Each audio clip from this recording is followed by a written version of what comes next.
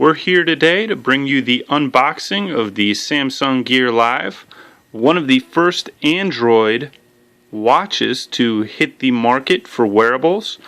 So let's see, this is the first shipment of the Gears to consumers, and it's July 7th, 2014. Let's open it up. Box there has a seal on it. Let's peel that off. Open up the box. We can see the watch, the gear itself. Very nice, a plastic coating around it. Very nice band. Looks like a high quality watch. Open up a little further, let's see the contents inside the box. Looks like we have a USB charger here.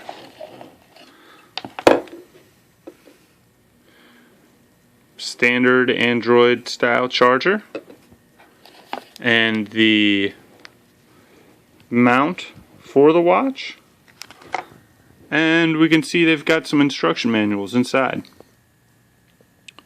And here's the Gear unboxed with all of its components: the watch, the charger, and the charging case.